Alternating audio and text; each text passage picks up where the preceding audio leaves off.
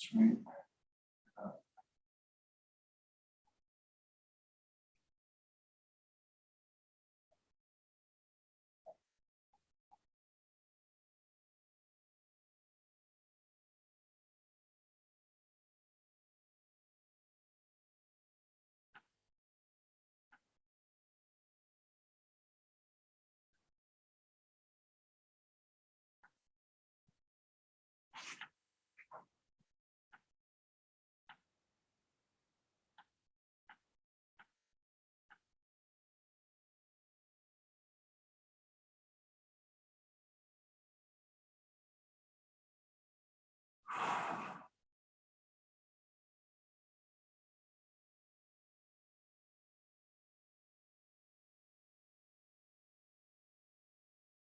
I suspect there will be an executive session tonight to discuss the letter.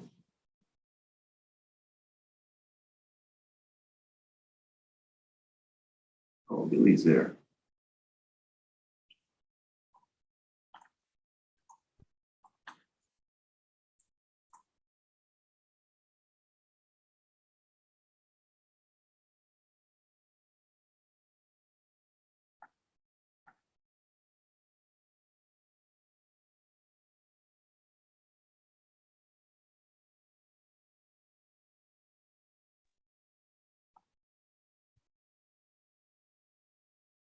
So I'll only show up there if I turn on my camera, right? Yeah.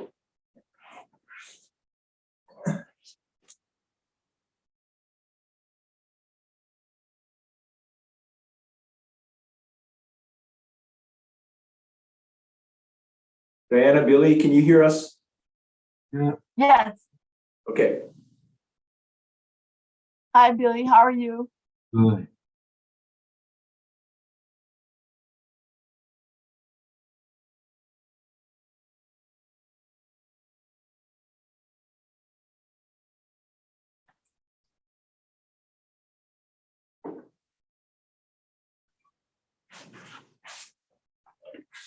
Gary, is it just you tonight or will Jesse join as well? Oh, can't hear you.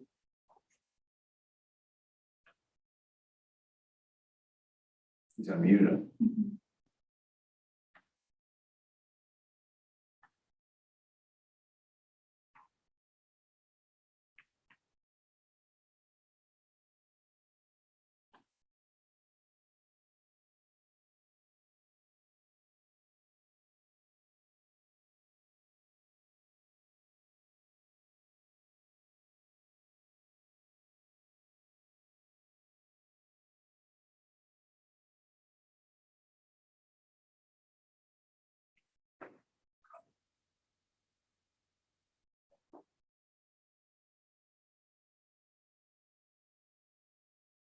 Can you hear me?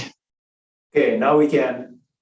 Sorry, they just redid my whole computer today and I'm trying to figure out how everything works. Everything had changed.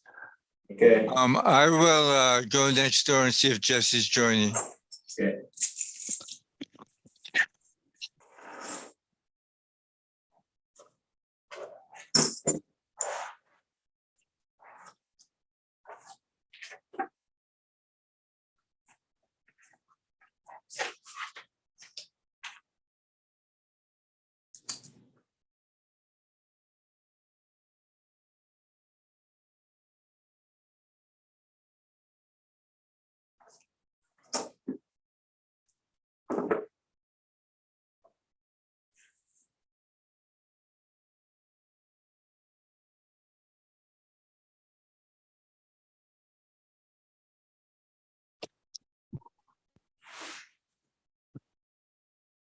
Jesse's wrapping up something. We'll jump on after that.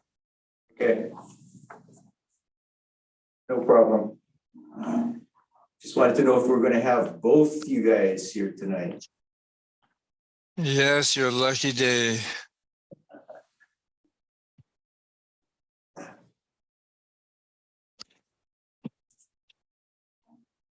Hey, Roberta.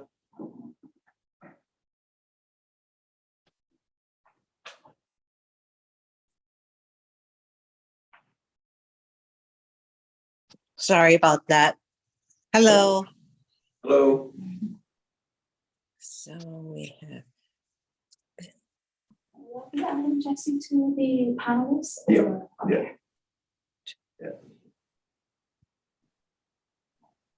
Both of them can always be panelists. Oh, perfect. And then Khalil is on. Sorry.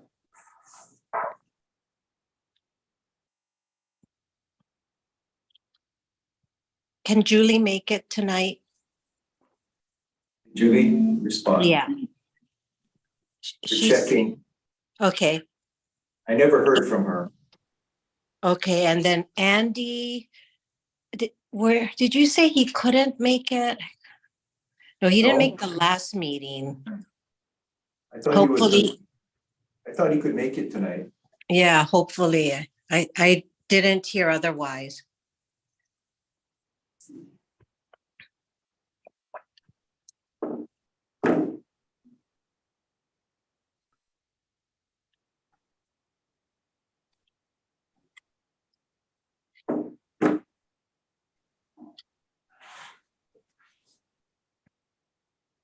Andy accepted, but I didn't hear anything back from Julie. Okay. So Roberta, Andy did accept, but we never heard back from Julie. Okay. I'll text her now.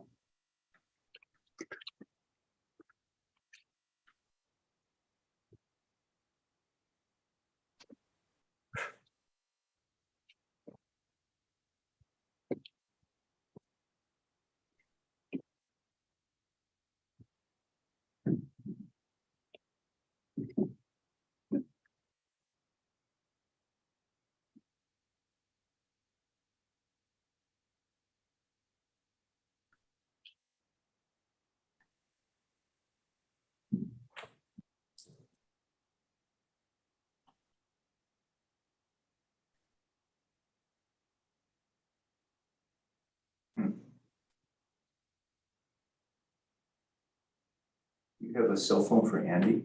I thought I had one. I guess I don't. Oh, Andy just came on. Oh, he just came out. Okay. Perfect.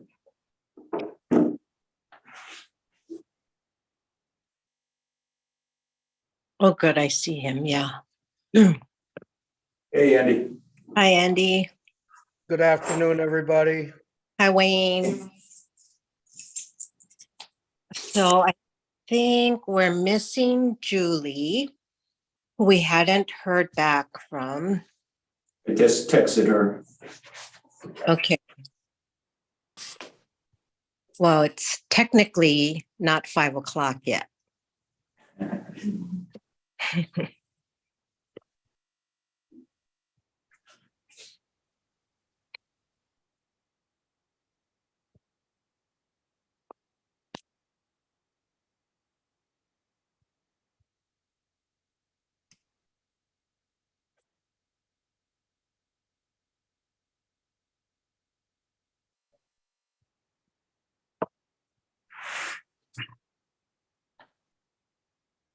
Here's Julie.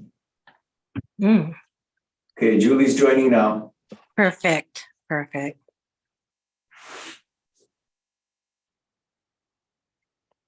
Are we expecting anyone else? I have Alapaki, someone, maybe. I think he accepted, right? Chan KB. That's the name I have. Was it? Chan KB. Chun. Okay, this Chan. I also have David on board. No, he can just speak.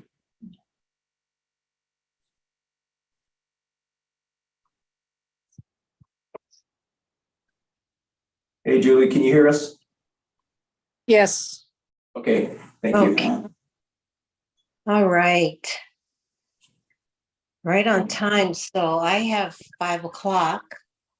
And so I will call the meeting to order. We do have quorum. And for the record, those of us attending via Zoom, please raise your hand if there is someone in the room other than yourself. Seeing no hands, there, for the record, there are, or all attendees, all board members are by themselves in their respective Zoom space. So let's see, I did not see that we had any public testimony. Is that correct? That's correct. No written testimony submitted and no one signed up to speak. Okay. So we will now move on. Hold on.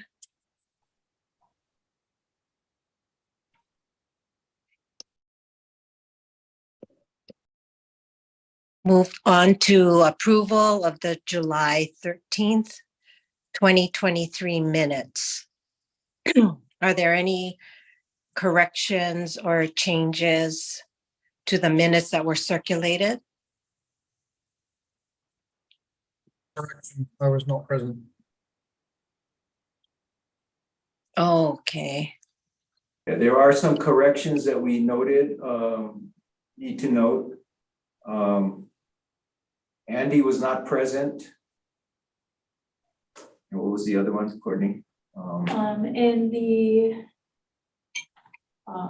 one of the sections on the executive director's report, it states, I think it's 2 paragraphs, 2 permitting interaction groups should be 2 permitted interaction groups. Okay, so the executive director's report that I gave at the last meeting, it should be 2 permitted interaction groups. This is when I was speaking, describing the status of the Maunakea Stewardship Oversight Authority. So I'll make that note. We'll make that note. okay. Any other corrections? If not, could I have a motion to approve the minutes as corrected? Motion I'll to move. minutes as. Okay, Sorry. Julie has moved. Is there a second? I'll second. Okay, Diana, second. All in favor, say aye. Aye, or raise your Aye. hands. Aye. Okay, unanimously approved. We will move on to Kahuku report. Okay, so if it's okay, Chair, I am going to combine the Kahuku report with my executive director's report. And here to help us with that is Kaleo Pilago, who all of you have met previously. He is our education and outreach coordinator. So we'll cover it all at once. So I am going to share screen.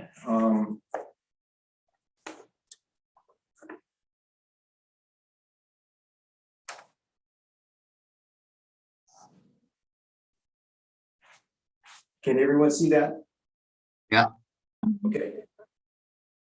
So we'll talk about Kahuku as well as some of our education and outreach programming that Kaleo has been working on in support, at least in partly in support of some of Kahuku wishes. I'll also give a update on a couple of projects that Maunakea Management Board reviewed and approved or recommended approval on. This is the SMA repaving of the parking lot, as well as the CSO decommissioning. I know we have, as an action item for discussion tonight, proposed input to the Board of Regents Resolution 2301. So I'll just cover some of the basics there, and we can talk more in depth when we take up the draft letter itself. Also talk about some of the current happenings with the UH and Maunakea Stewardship Oversight Authority transition. And then I'd also like to do a couple of employee recognitions that we're real excited about and proud of. So that's what I'll cover tonight. Kahuku, I think I mentioned to you folks, they actually had to cancel their last meeting due to a personal issue, emergency with Shane. So they have not met since June. And they are meeting this week on Thursday. They will be taking up a couple of small projects for review and recommendation, which will then bring to you folks. But the big thing on Kahukumana's agenda is we are planning an overnight retreat with them for later in August. I believe it's either the 24th, 25th, or the 25th, 26th. And that will be at Halepohaku. Kaleo, Nahu, and I will be working with the Kahukumana on Thursday to finalize that agenda. They want to spend some time both on the Aina as well as discussing essentially a lot of the same kind of issues that we have been discussing here about transition. So that is what is being planned at this point. I'd like to, at this time, to have Kaleo talk a little bit about these other items here because they are essential to our resource management and outreach efforts. And having Kaleo on board has really helped us sort of pick up some loose ends of some things and begin working more earnestly on some other things. So Kaleo, could I ask you to speak to the historic site monitoring, the student engagement, and the viz, as well as the staff development work that you're working on?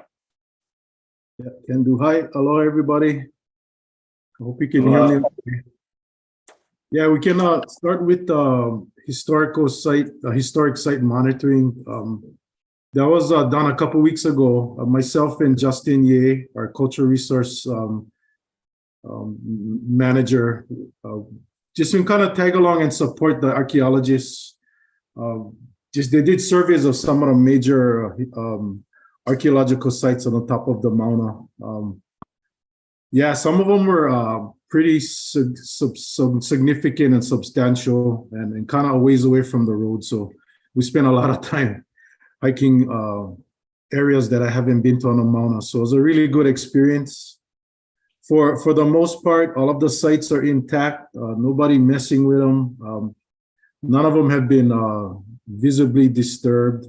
Some have natural phenomenon. I think from ice, when there's snow or ice, the rocks tend to move and all of that, but nothing major. But other than that, I think yeah, that was pretty successful. They did mention though, there's I think it's good to note that one of the major sites down in Kianakakoi, once in a while, one or two of the rocks get moved for like a year or two at a time. But the archaeologists cannot figure out how or why, and the rocks tend to make their way back to the exact same spot. So down is yet to be explained or the reasons to identified. And moving on to the Lanakila, any questions about that before we move on? Good. As far as the Lanakila Learning Center and Waikoloa Dryland Forest students, been trying to do a lot of our educational part, visiting schools, talking to students, inviting groups up to do different projects in the conservation area. So we had the Lanakila Learning Center high school students from the Hilo High ALC, the Alternative Learning School. So we got to teach them about the area, the different plants, the flora and fauna, and we did some planting of momane. And that relationship is important because it's going to be an ongoing thing with Wendy Hamane, the director of that program. We also had some smaller kids, fifth graders from the Waikoloa Dryland Forest Reserve program out of Waikoloa. So they came up, they're younger guys. So we did a lot of hiking, a lot of talking story about some of the archaeological sites in the area by the Viz, and talking more in detail about the plants that are found in the area and just the protection measures for those plants. Then moving on to the Viz, the visitor center interpretive display. So it's kind of spearheaded by Nahua, and then we have some designers out of Kona that are helping to redo and update the entire inside of the visitor center, which going to include like a wall wrap from the entrance all the way around. And currently working with the family of Kalepa Babayan for one of the wall panels, one of the wall pieces, which could have a quote of Kalepa and some of the voyaging pictures and voyaging stuff that he did there. So we're excited about that, hoping to get that done by the end of the year. So a lot of changes in the visitor center in the next few months, I think. And please stop me if you guys have any questions. Talia, don't forget to talk about the email partnership on the outside. Oh yeah, that's super important. So we've been able, after I guess trying for a little while, able to get some things happening with Imiloa. This summer we was working with their interns who are high school students from some of the emerging schools to help with most recently they help with, because for the inside of the visitor center, there's going to be a lot of Olelo, Hawaiian language stuff. And so we had the students who, grew up in emerging schools, help with the spelling and, all the diacritical markings that is necessary for make sure everything is correct. So whatever we put on the wall, we want to make sure it's correct so we don't have to redo it. So Imiloa is helping with that. Yeah. And they're also helping with the displays on the outer part of the visitor center. So that's going to be also an ongoing one. They're designing the displays now, and then throughout the year, it's going to be part of their project. And we're hoping to get the standing displays replaced by December. Yeah, awesome. And then the staff development part is something that Kaukumauna and even CMS sees as important, because I know there are situations where like a lot of emerging schools and stuff that go up to the Mauna. Well, I know there's a couple of times when they went up there and these kids grew up using protocols and stuff, and they'll do what they think is normal, like they're chanting or the kahea and stuff, and the staff wouldn't really know how to respond to it. So I'm actually putting together a list of protocols that we can teach the visitor center staff and all of our staff if can and if they want to, so that if these situations come up, we can appropriately chat the students in, appropriately address it, and show that we know how to work with the different groups out there, if that makes sense. So we'll teach them on Komo, on Kahea, and maybe on Pule, and just the basic stuff that our community tends to use often. That way we can kind of be a part of that so CMS can be a part of that, part of the protocols and all of that. So yeah, that's what we get planned. And as the semester starts up, there's a lot more student groups and community groups that want to learn more about what CMS is doing and the different directions that we kind of headed in the near future and the next few years. So yeah, excited, plenty going on. Is there any questions for me before I need to sneak off after? Yeah. No, I just have a question. So, and actually, I guess it's for Greg. Isn't Kai'u reporting to you as it relates to the Viz and the work that Imiloa had received funding for? Excuse me. No, Kai'u reports directly to Bonnie. By the way, Bonnie has joined us here if you didn't notice.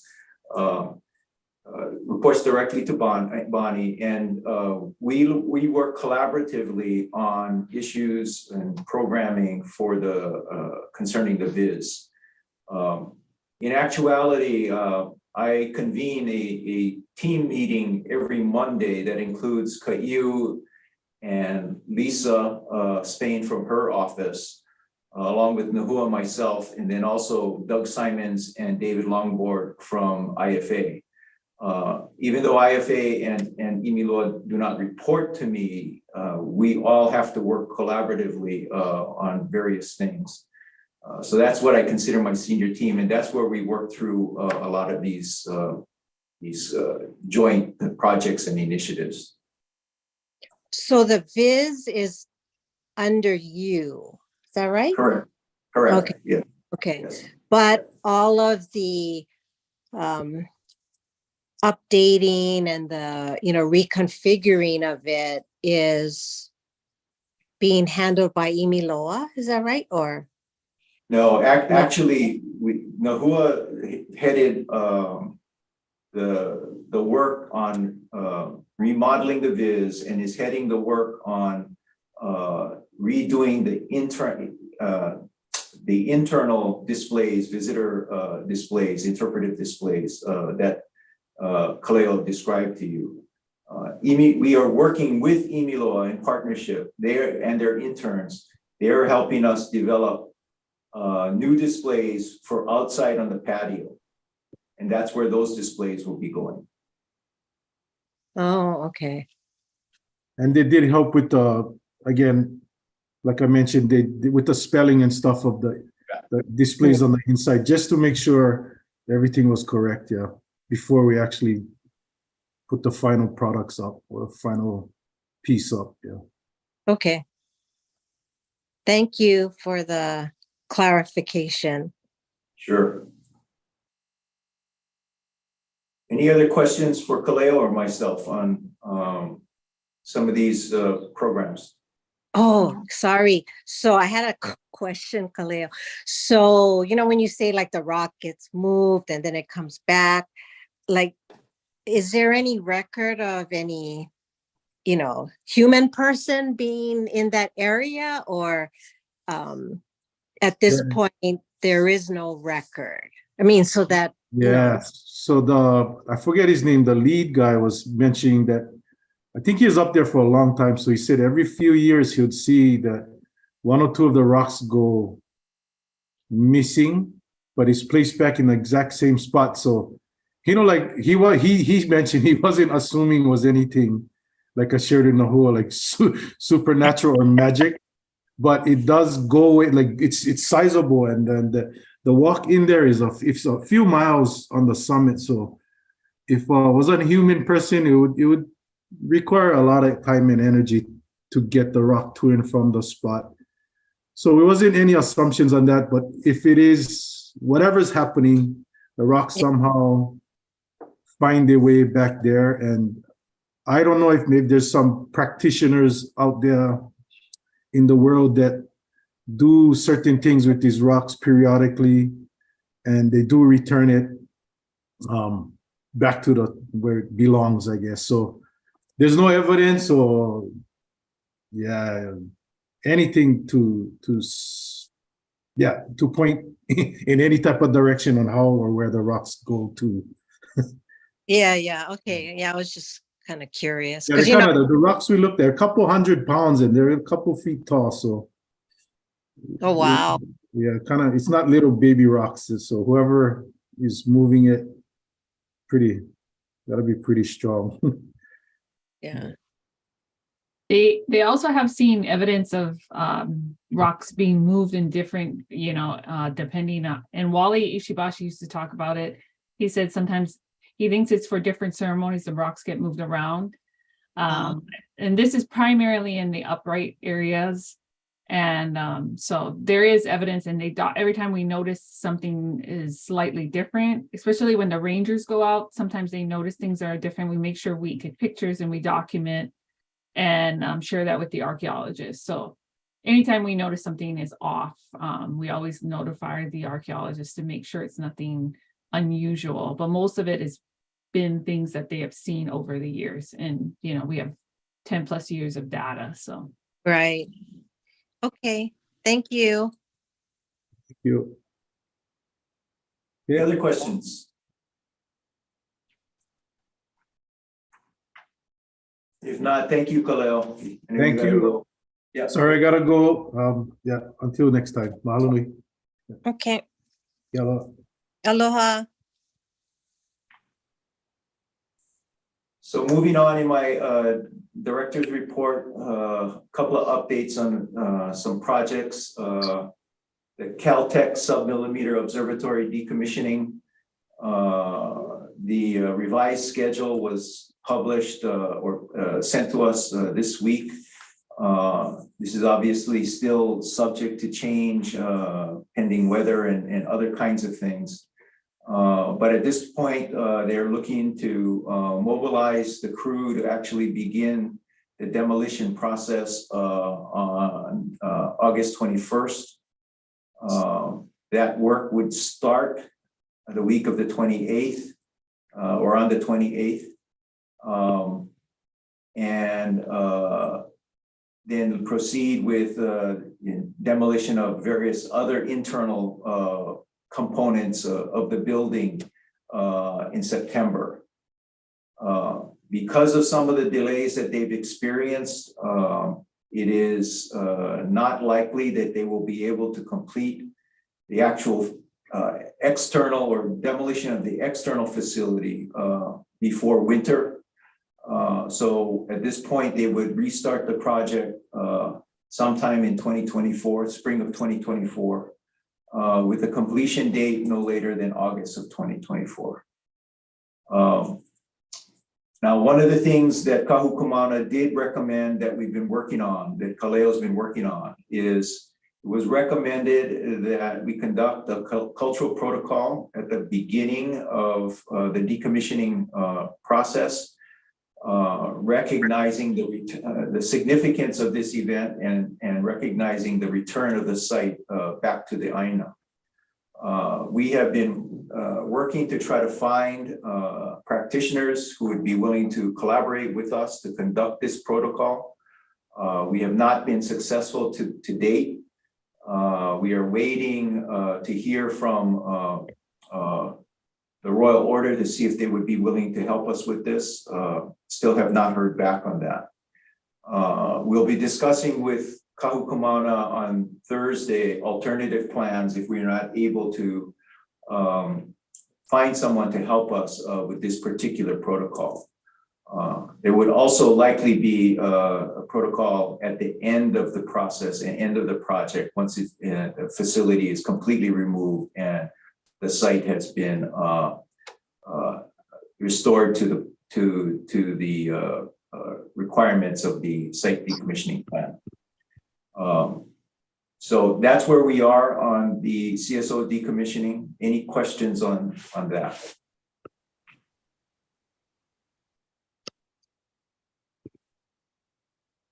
Okay. The sub-millimeter array, they are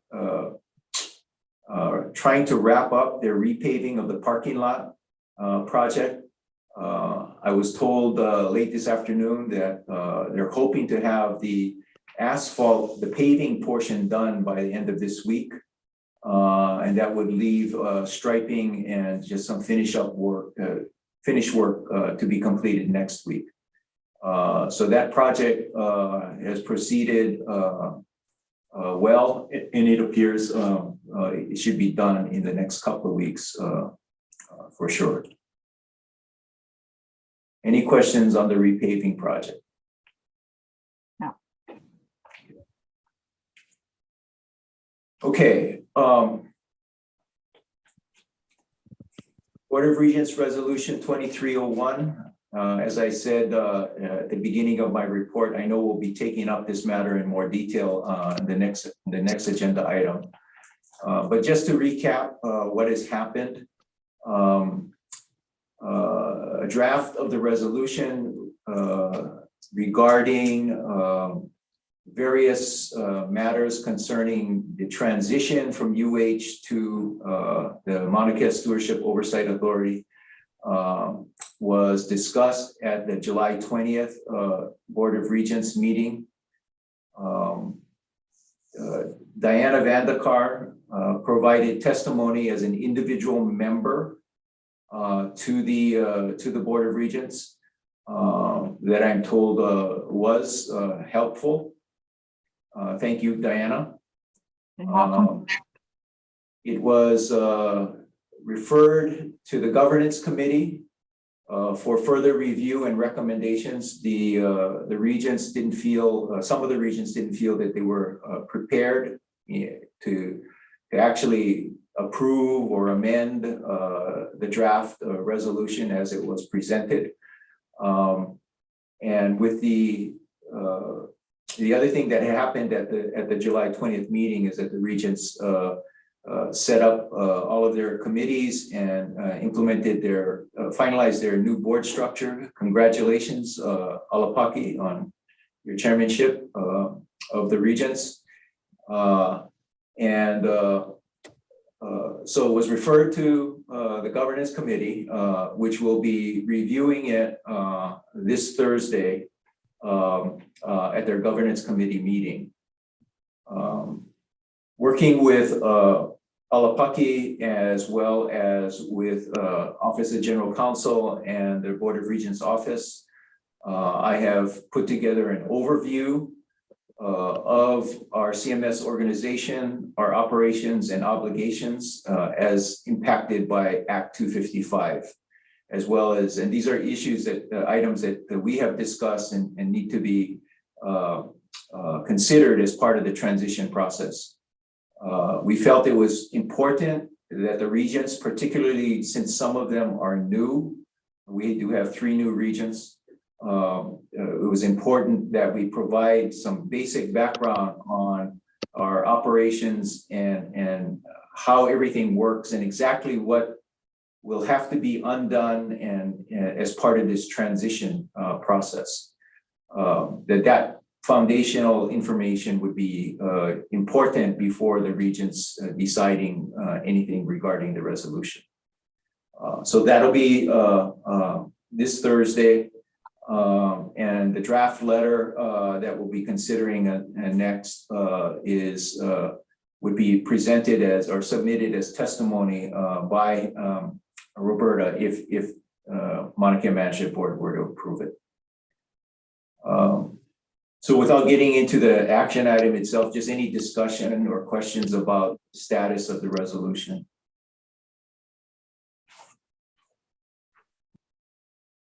Okay.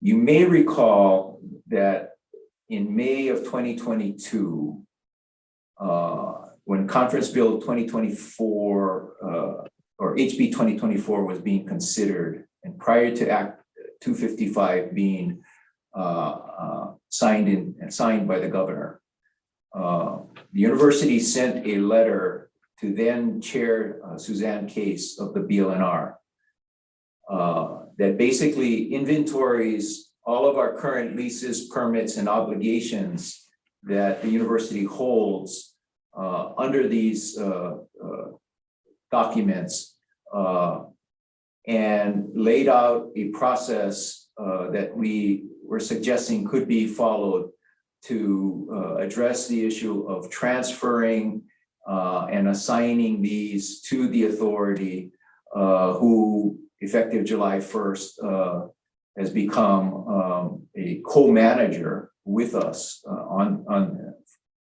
Maunakea for Maunakea. We have updated that letter to reflect the new change in leadership at both the BLNR as well as with the official with MK-SOA becoming an official state agency, and submitted that letter to both Chair Chang and Chair Komeiji this afternoon. The substance of the letter is very similar, essentially the same as what we submitted in May of 2022, but it does address the new management structure that we are now operating within, and the need for closer collaboration with the authority on determining how these obligations are met, the obligations that we hold are met. I will send a copy of that letter to you folks. I know the May 2022 letter was posted on the DLNR Mauna Kea or OCCL Mauna Kea webpage. I'm sure this one will get posted as well, but I'll send a copy of that to you when we're done.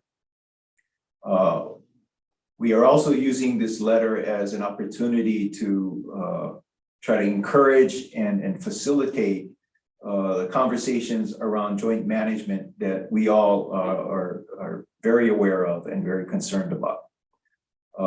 So that is in process as another activity or action to try to move things forward with the authority.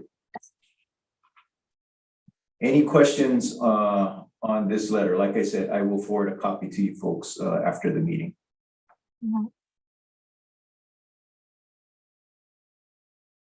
Okay, so let's end with some happy news. The RCUH, the Research Corporation of the University of Hawaii, annually recognizes outstanding employees throughout the UH system, outstanding RCUH employees throughout the UH system. And as you folks know, really the majority of our employees are hired through RCUH. One of the categories that they have is for outstanding team, an outstanding team nomination. And Nahua, with the assistance of Joy Yoshina and others in the office, pulled together the information to put forward a nomination for our Rangers. We think that they are well deserving. They have a very unique job. I don't think there's anyone else in the university system, surely, much less maybe even the state, who do what they do and under the circumstances that they work under. For a variety of reasons, which had to do with employees' status and whether they had finished orientation periods and stuff like that. Only four of our Rangers were eligible to be named, but this is really a recognition not only of those four, but of the whole team. So pictured there in the middle, you see our Rangers who are part of the, who have been named in the nomination. Starting on the left, Mark Ellis, Rob Madrigal, Oscar Paoa, and Tommy Walton. Really fine individuals who are dedicated to the work up there and take their work very, very seriously. You might have noticed on some of my earlier slides, some of those photos are actually taken by Mark. Mark is someone who regularly goes to the summit to check on the apu and pu'u veku to make sure that it is being cared for, and he cleans it regularly as well. So we're real happy about that. We won't know what the status of their nomination is for a little while, but we are all praying and feel real good about their chances of being selected as the outstanding RCUH team for 2023. The other thing that happened recently is some of you longtime Hilo residents may know Alika Toledo. Alika is our utilities manager. So all of the work up on the Mauna that involves snow clearing and road grading and repair of the facilities and all of that stuff, Alika oversees. Well, I did not know this until recently, but he also serves as the head coach for the Waikea High School golf team. And he took our Waikea High School golf team to the PGA High School Golf National Championships held last month in Frisco, Texas. And out of 50 entries, Waikea came in 5th, which just outstanding, just outstanding. So we are, Nahua is working on with our communications group to do a little recognition that will published in UH News for the outstanding volunteer work that he does. Actually, a lot of our employees do volunteer work that goes unheard of. We have another employee who's been a long time assistant with our UH Hilo softball team. You know, they find great pleasure and meaning in doing that stuff and supporting the community in their own ways. So congratulations to our Rangers and congratulations to Alika for job well done. So with that, that concludes my executive director's report for this evening. Any questions? No, great work. And thank you for sharing that information, because like you said, you know, you can get so focused on everything that is not going well. And it's important to really recognize, you know, people that have and continue to do good work. So thank you, Greg. And yeah, good teamwork. Okay. All right. So any, I'm sorry, we go ahead. Roberta, our internet connection here is our internet connection here is a little unstable, so we lost you there for a moment. Oh, I was just thanking you for sharing the good news. Okay. Can everyone hear us? Yes. Yes. Okay.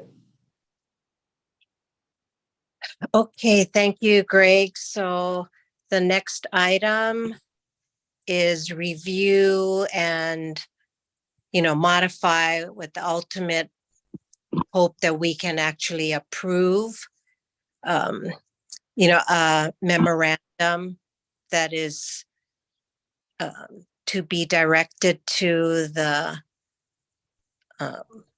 board. Well, hold on. So it's going to be, it's addressed to Alapaki Chair of the Board of Regents, Laurel Liu, Chair of the Governance Committee. And this document was circulated to all of you. So I will, I guess, start, and then Greg, you can, you know, add.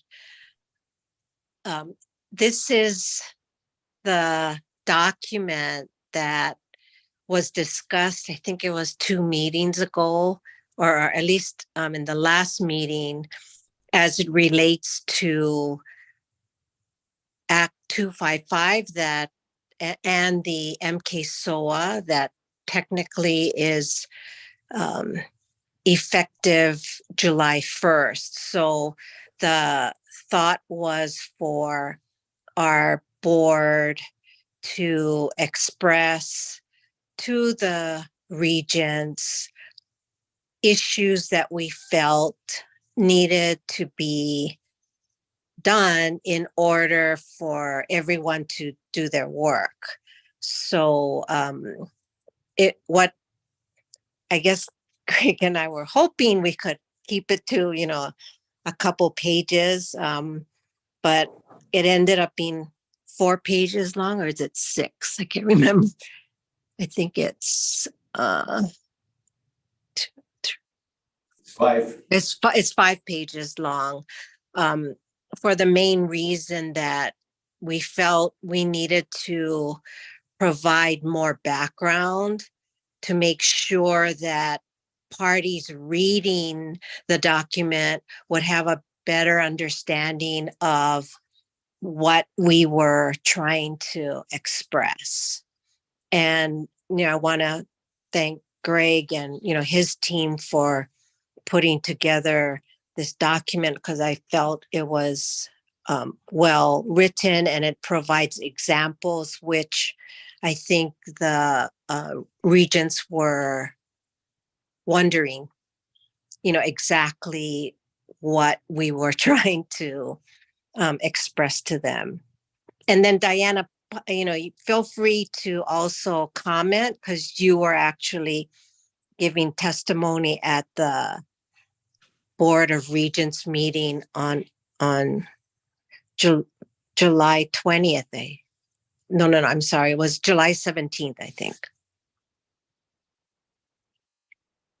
Oh, Diana, you're on mute. Thank you. I always forget that. I can briefly go over what I said. I assured them that I was testifying as an individual and not as a representative of the board, but that as an individual, I still felt it important to convey the concerns that at least I had. And so I went through what those concerns were. The fact that we're not able to get any kind of coordination going with the new board. And in the meantime, there's a vacuum because it's not clear what rights UH has and what the what this joint management means. It's not clear at all. So I basically urged them to make sure that they did three things: that they kept it clear that the employees that work for the Maunakea Stewardship are UH employees and take instruction from UH so that lines of reporting are clear. That they take steps, as many steps as they can, to try to get cooperation from the new board so that we start to have some indication of what the new, which way the new board is heading, so that we are aware of that. And finally, that they do this stuff right away and take a more active role in addressing these issues, because the the time is going by and there's a vacuum in leadership right now. I mean, it's hard on everybody from my perspective. And I said more, but that's basically what I was trying to say. And I gave them some examples, which I've already talked about in this board about concerns that I have. So that's what I expressed to them. And they were very kind to listen and ask me questions, which I tried to answer. So that's basically it. Thank you, Diana. Thank you. Thank you, Diana. Appreciate it. Oh, you're welcome. So Diana, I just want to make sure that you're comfortable that the memo that was circulated, it covers the issues that you needed to be covered. It covers them. I'm satisfied with it. I raised a couple other different things, but they heard it already. And I'm really happy with what you've in the new memo. I'm really happy that you expounded upon the apparent authority issue. I appreciate that, because that's been a concern that I have had for a long time. We lost really you, happy Diana. with how that was. You lost me. I'm really happy with how that was phrased. So. Diana, we lost you there for a second. Okay, it's the apparent authority issue. I thought that was very well phrased in the memo. I touched on it when I was talking to them, but that's the single largest issue that I see that is really problematic is for our board, but also the issue that's problematic, and the legislature did this to us. It's not clear who has the right to do what. So it's very frustrating. So I really like the memo. I have no changes to suggest to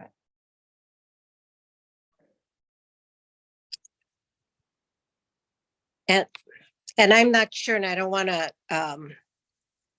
put him on the spot, but since we are graced with Chair Alapaki in the meeting, and he has a lot of knowledge. He and Wayne Higaki have been involved in, the Mauna Kea issue for many, many years. And I'm really happy, Alapaki, because I think, you're not coming in cold. You're coming into your position with, a lot of history and understanding of the issues. So, if you want to say a few words, please feel free. You can always put me on the spot, Roberta. No problem. um, I would say, and of course, Wayne, please, weigh in and fill in anything I forget. I do think that Greg has done a good job of communicating the situation and the lack of clarity. I thought, Diana, that your testimony, particularly because you did it as an individual, I thought you could just be honest and bring some emotion that I think, Greg has to be a little bit measured in his professional role. So I thought that was helpful. And particularly your point about the personal liability, that question that we're all being faced with, I thought was important. So the only tweak I'd put on Greg's report in his session is I think the regents collectively get the situation already. The issue is, what do we do about it? Because we don't have control over the change that has to occur. That change is the new authority has to build capacity immediately, or they have to let us make decisions. And right now, I feel like they don't want to let us make decisions, but they don't have the capacity to co-manage. And so the deferral to committee, I think, was less about a lack of readiness, but it was more of a desire to figure out what's the best way to get the response we want. Because we could say all we want in our reso that we're going to make the decisions, but the authority has already opined that they don't agree with that position. And the political reality is they have more political muscle right now than we do. So us opining that it's our choice doesn't really help. I think in the committee, and as Greg mentioned, the goal is to reinforce all the actual work that has to get done every day and what the consequences are of being stuck in this limbo. I think to me, that's the way forward. I think regions do have to say, we have to execute our obligations. And I think the reso says that, and I'm going to push for the reso to get passed. At the same time, we want to try to get as much cooperation from the authority as possible. And I think the reso is more of a way of us publicly kind of drawing a line in the sand and saying, hey, we need to move. And frankly, I feel like it had the desired result. We got response. So, anything to add, Wayne? Yeah, sure. Thank you, Alapaki. If I may, I'm going to share a piece of testimony that we received from John for that meeting. Is it okay if I share, Roberta and Greg? Let's see. Can you see that? Yep. Yeah. We received this the morning of the meeting. It was actually didn't meet the minimum requirements for notice, but it was accepted. And I'll let you read that.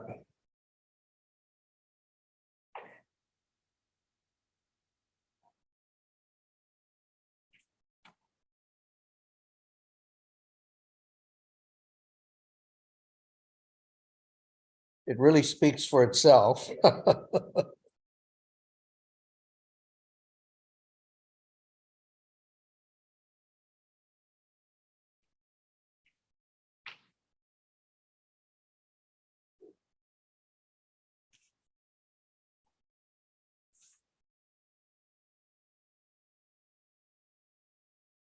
Anyway, that is what we received. And thank you, Diana. I echo Chair Nahalia's comments earlier. I think your comments were strategically well worded, and your presentation was excellent. I can tell you that I don't know if Chair Nahalia had some time to spend with former Governor Abercrombie. I did.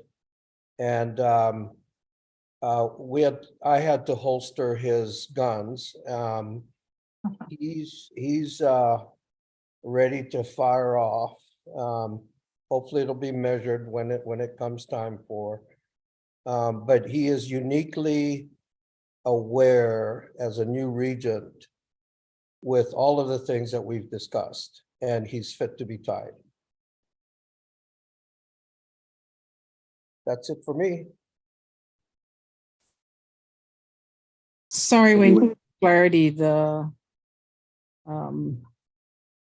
memo, the letter here. The board didn't have a chance to meet with regard to the resol, right? Specific resolution. Okay, thanks. The MKSOA board didn't have that opportunity, yes. And I guess I would also add that in just verbal conversation, the authority has reiterated their position that co-management means co-decision making. Right.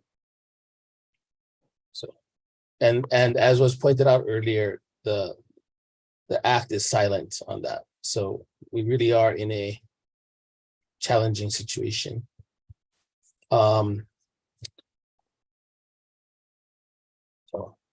I don't even think Wayne knows this, that it looks like at the governance committee meeting, Wayne, there'll be language proposed to add to the reso that charges us as members of this group, as the regent's rep to this group, to try to engage the authority and craft an agreement that was workable. And I think that's good strategy. We just can't keep waiting. Yeah. Yeah. And then that one of the thoughts, right, is that then this group is in the loop automatically and can be convened. Having only Wayne and I means we don't violate sunshine law. And we could move quicker. Yeah. Yeah. I just wanna I think make a point to agree with both Regents Wayne and Alapaki that I think Greg and I talking and basically, we have no authority, we have no say, but we have a voice. And I think for us, we need to speak up. We don't have to be aggressive. We don't have to be in your face. And, I'm hopeful that there's a way we can, build that bridge and trust so that we can move forward, because the infighting doesn't help anyone, right? It doesn't, pointing fingers and all that doesn't help, but I think we have to say something and get them to acknowledge with the hope that, where we want to help.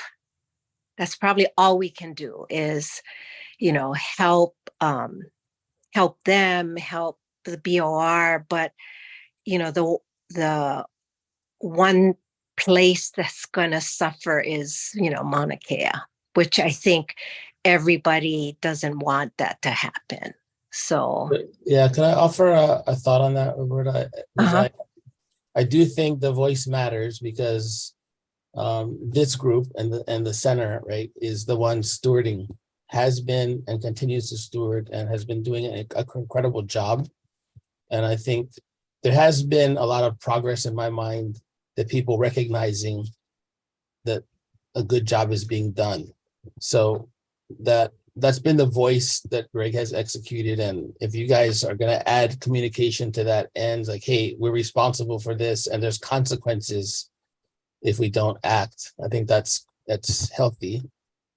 And the other truth is that if the authority builds capacity and takes over as they're supposed to, all the stuff that's being communicated is what they need to understand to do the job.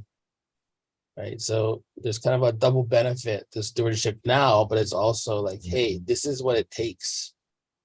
And as we predicted, I think a lot of folks, by their own choosing, are unaware of all that goes into the work that's being done every day. So I imagine it doesn't feel very good to have to do that, but it's to your point, Roberta, it's important for Mauna Kea. And the reality, yeah. Sorry, also I want to say, so most importantly, and this is something that was driven well by Diana at our meeting, is in fairness to the staff, right? In fairness to Nahua, Greg, and everybody that works there. They have to understand who they're taking direction from. That ultimately, that's the bottom line. Secondly is, and Roberta's a good point, you know, it's how we approach things. But the value that we come with is we're speaking the truth. We're not going to be posturing. We're not going to be doing anything other than giving facts to help MKSOA and the Mauna. And I think the bottom line is, I think that's what John's looking for. John needs help. And I don't think he's been able to drive home their ultimate responsibilities. I know he's talked about it. Greg has.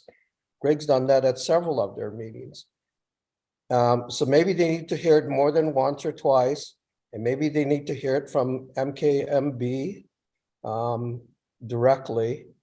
But I think it's something that you're right. It's the presentation, but listen, we're going to be speaking the truth, so that's all that matters. Yeah. Yeah, I know so the letter is intended for the Board of Regents. I guess I'm not,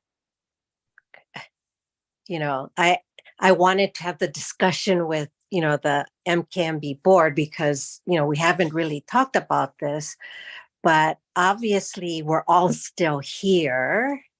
And I think we're still here volunteering because we feel responsible for what happens with Mauna Kea, what happens with CMS, right? And these are real people and real lives that we're dealing with. But how we address MKSOA, you know, I'm not clear. Well, my feeling is we go to the regents and then, you know, because that's who we work for. And then, you know, the regents can decide accordingly and communicate accordingly. But that's why, I mean, I guess what I wanted to say to MK, so I'm not sure what, you know, I'm speaking as an individual because I don't know what everybody else on the board feels.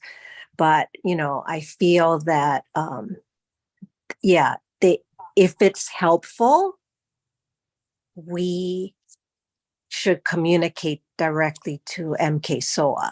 But I did not want to do anything like that without, you know, discussing all of this among the group, because it has to be, in my mind, you know, the full board decision.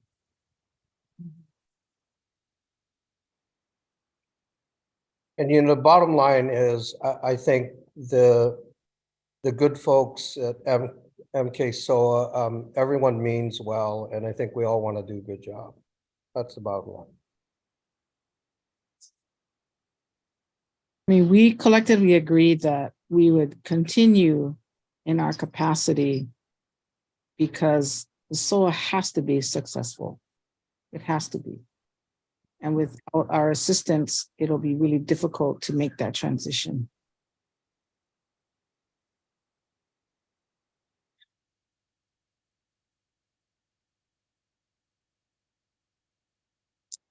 One of the things that I had thought of was that as individuals, one or more of us might attend a SOA meeting as members of the public and address them and say in a welcoming way that, you know, we're anxious to help in any way, that we would be happy if they would, you know, come and attend some of our meetings, understand what we're doing, start to just learn about what's going on as they are forming their organization.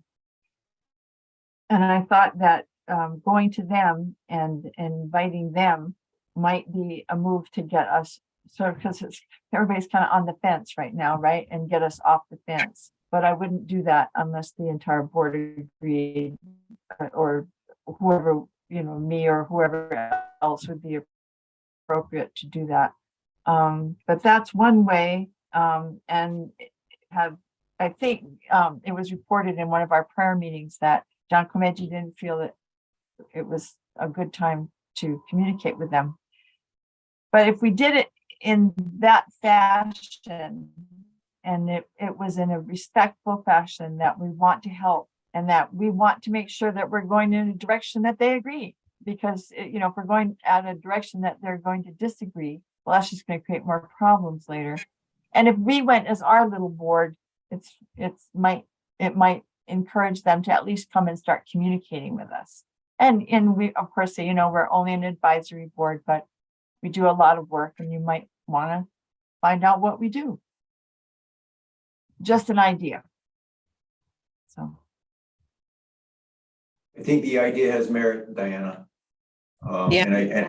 And I do think, well, I don't want to speak for the MKSO board, but I do think the chair would welcome that kind of thing, that kind of approach.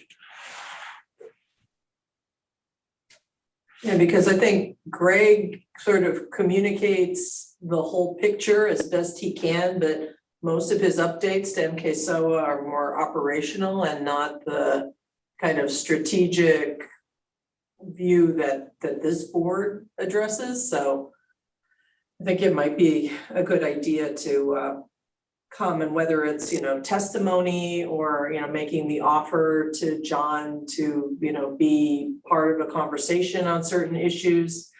I think either of those would be good. I don't pretend to speak for, you know, what he and the rest of the board would think, but I think it's a good idea.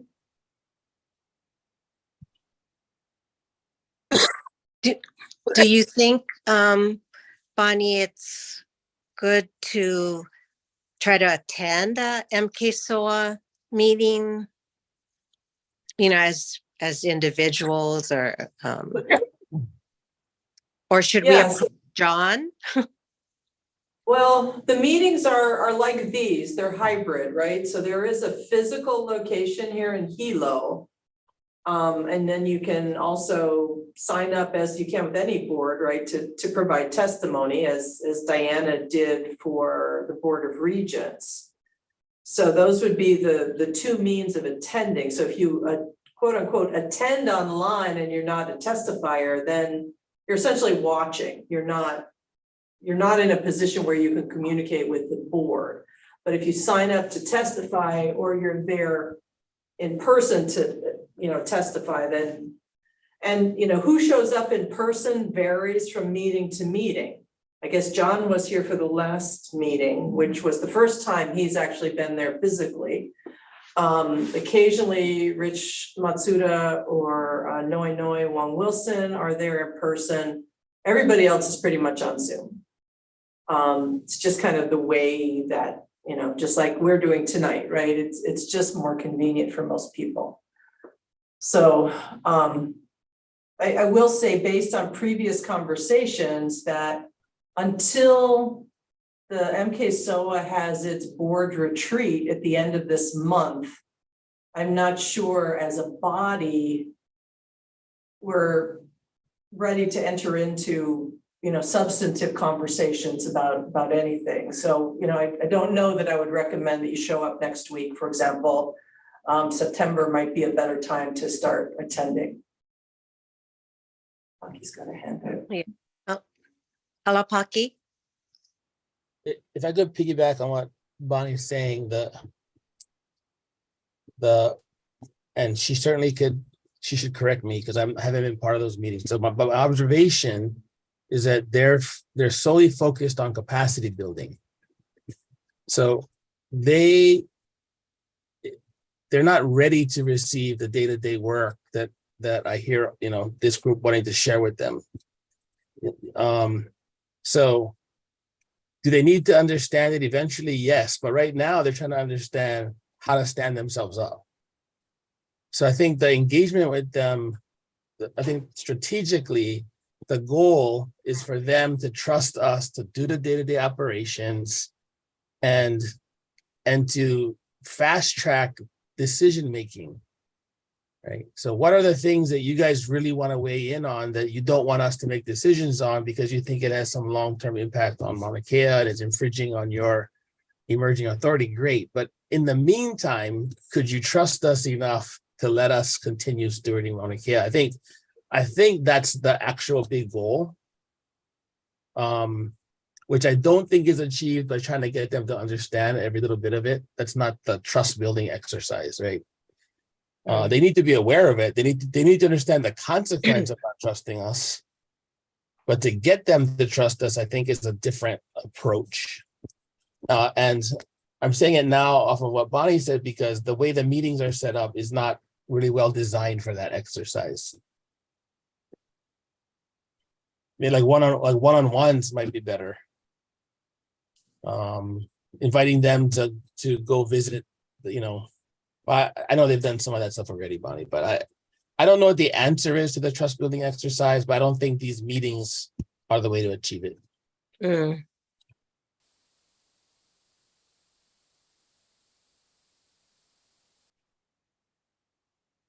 Yeah, I mean, again, I don't think they're quite ready yet. You know, one thing that you could do, Roberta, if there's interest of this board, you could reach out to John and say, you know, if he wanted to, as chair of the MK-SOA, to attend these meetings or ask a member of the authority other than me, because I'm kind of in this weird liminal space, right?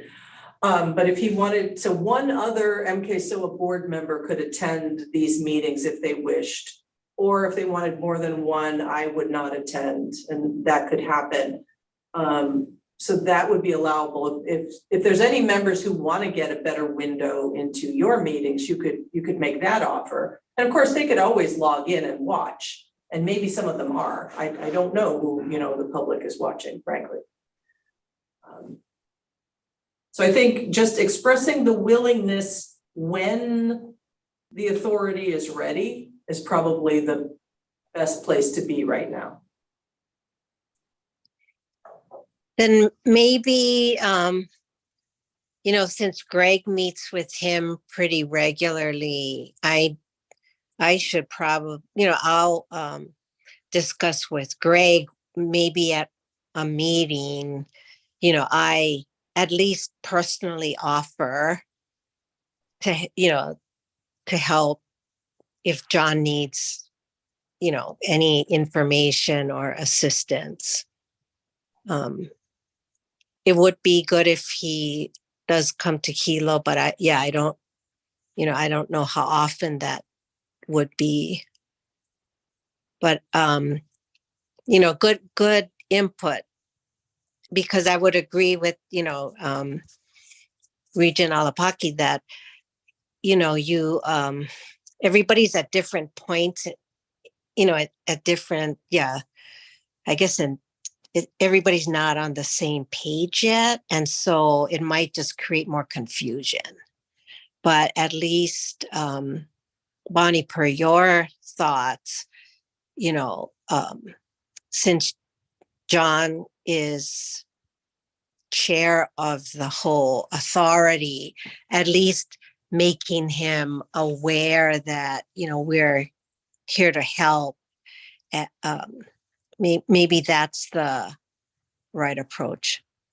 Alapaki, you have a comment? Well, and now they have the interim on board too, right? Which will help. Oh, that's right. Right. That's right.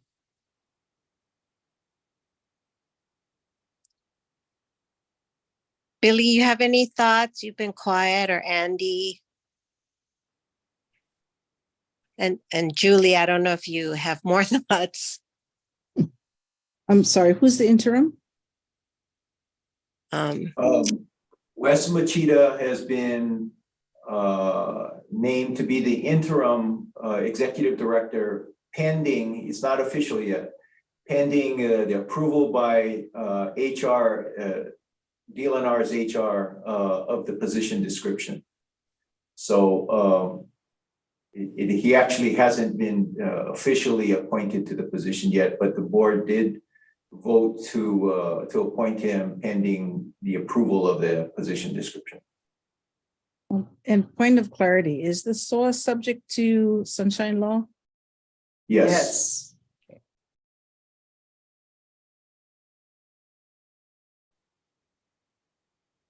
And frankly, that's one of the reasons this is all taking a while, right? So the retreat meeting that's planned, the governor will be joining us so that we can meet outside of sunshine. I believe that's the plan. Because it's really hard to do some of these conversations, even among board members, in a public meeting, as you know.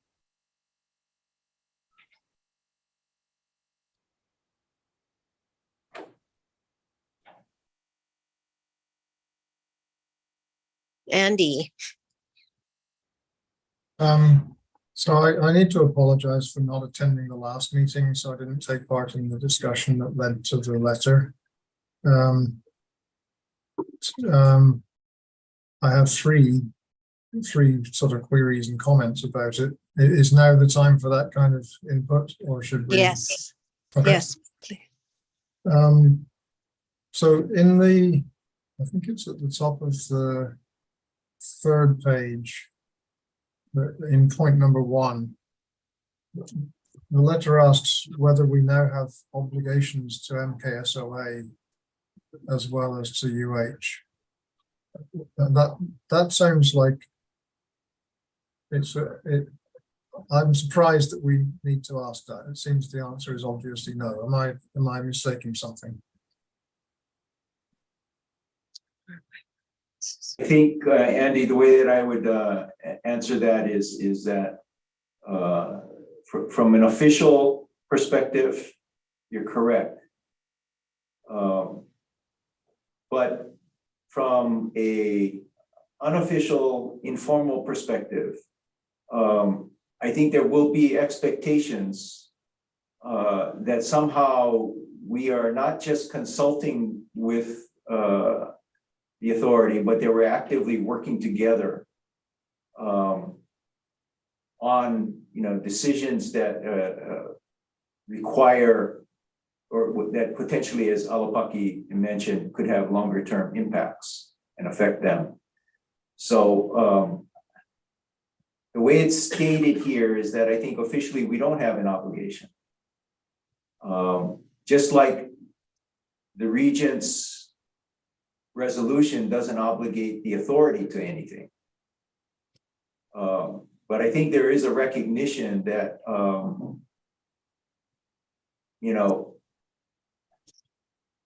when the rubber hits the road on some of these decisions that we have to make going forward,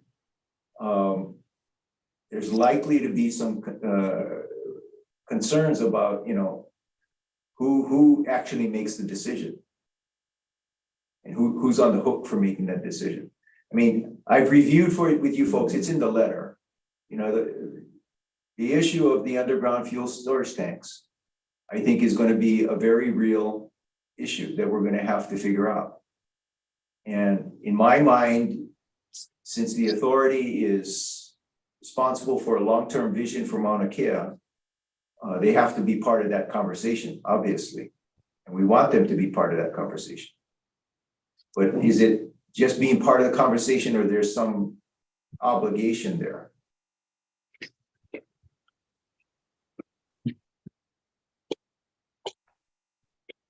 Yeah, okay. It's messy, Andy. It's messy. Yeah, right, yes, it is.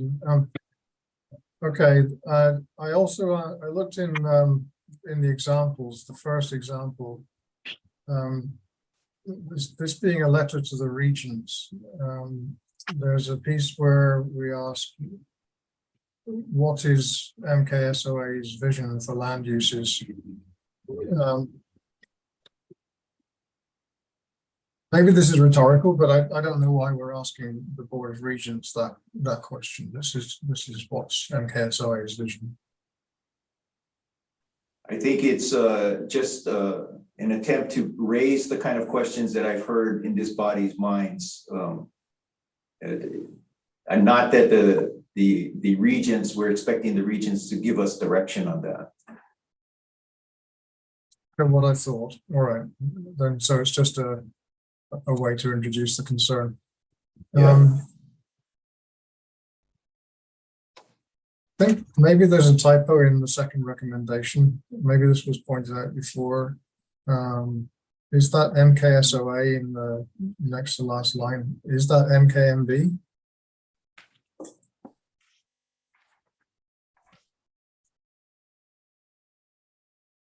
Are you talking about Page 4, page 4? concurrently, right? Paragraph. Page 5, the recommendation. Page 5, number 2, last line. Please clarify what is expected of MKSOA and what our legal exposure is in our advisory role to UH. I think you're right. That is MKMB. Mhm. Okay, no, it makes sense. Good. Okay. Okay. One more. Sorry, I miscounted. And it's the last one, which is the sense of urgency. And I think I understand from the rest of the letter that it makes the case for urgency in achieving clarity about the meaning of joint management and so on.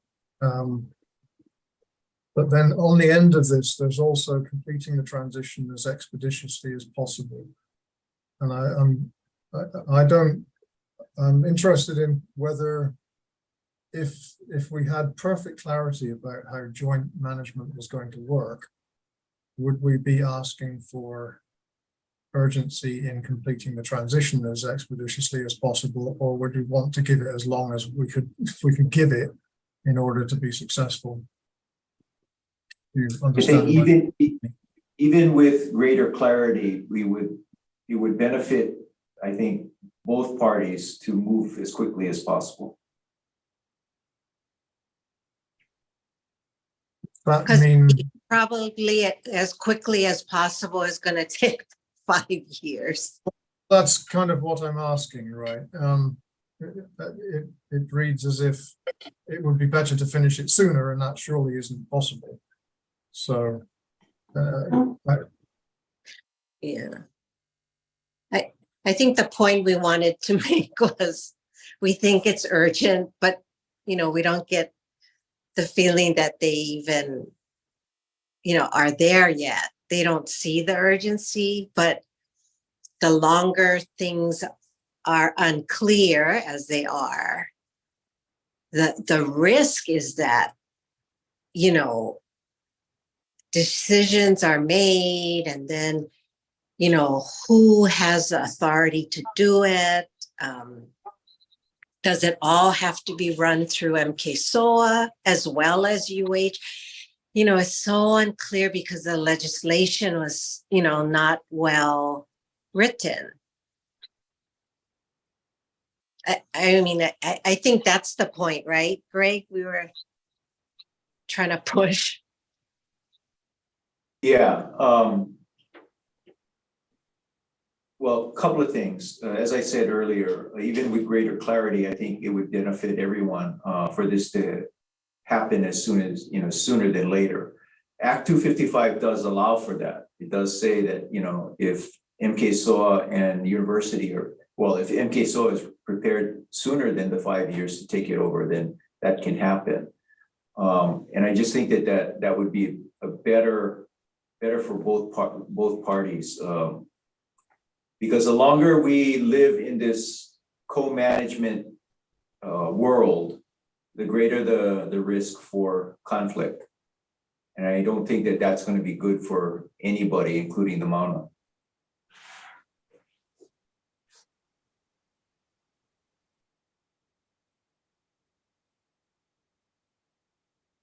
I have a question. Yes, Billy? To co-manage. So we have two parties, which is not an odd number. Then what form of resolution happens when party A and party B don't agree?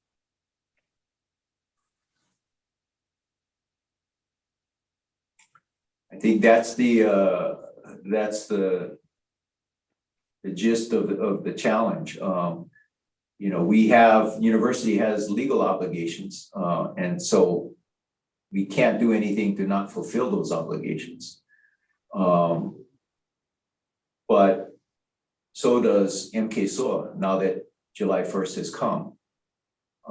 They have legal obligations to prepare a vision for the future of Mauna Kea. And how does what we are planning on doing in the next 6 months fit into that? Mhm. So that's the sort of how we decide how decision making is to occur is at the crux of it.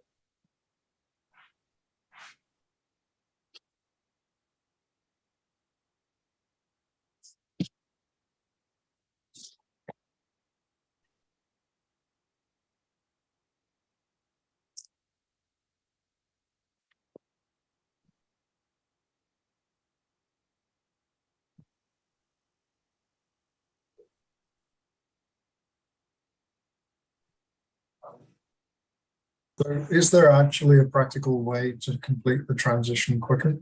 It seems to me very unlikely.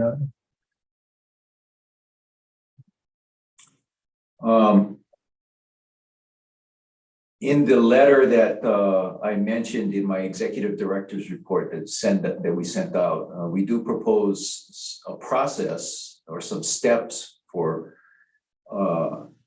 completing at least that aspect of the transition, which is the transfer and assignment of leases and permits.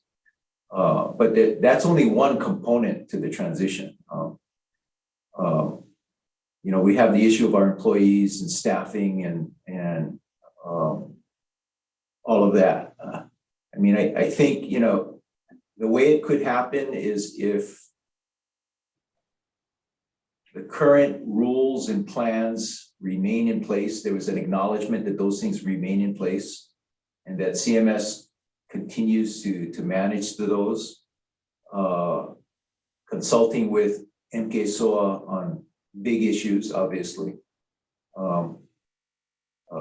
But the day-to-day stuff that we continue to manage to those plans and policies and rules.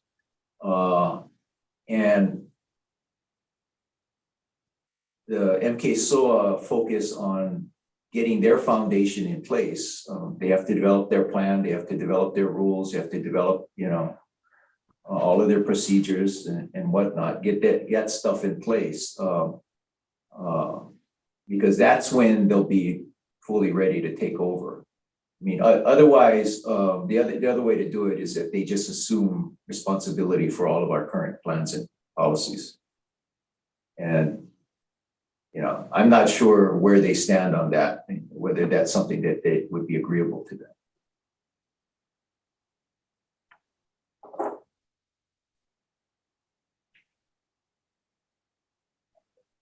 Could I ask a question, Chair?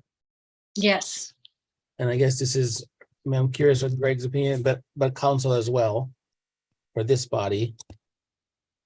My understanding, the legal obligations, right, to the leases, the contracts, the partnerships remain with us. Correct, So this statute or this act didn't change that. right. So we're saddled with that obligation, the consequences of them. And my understanding is that that's the big barrier to transition for us. There's the ethical, making sure Maunakea is being stewarded, but the operational challenge is we could take the position that the authority has to take on more responsibility, but it wouldn't transfer the legal obligation. So without any guidance to turn to, we are on the hook. I think there is opportunity for us to use that to say, given that we're going to make decisions, and then they would be pressed to challenge it, right? Either statutorily or legally. So in that case, like, we're in the driver's seat as how we behave. We wouldn't have to really honor their request to co-manage the way they see it. But that would come with its own consequences as well. But it's two different issues, right? There's the legal obligation, which we are saddled with, and then there's the political component. Chair, if I might, just one comment on that. I think, yes, as Alapaki has stated, we have those obligations.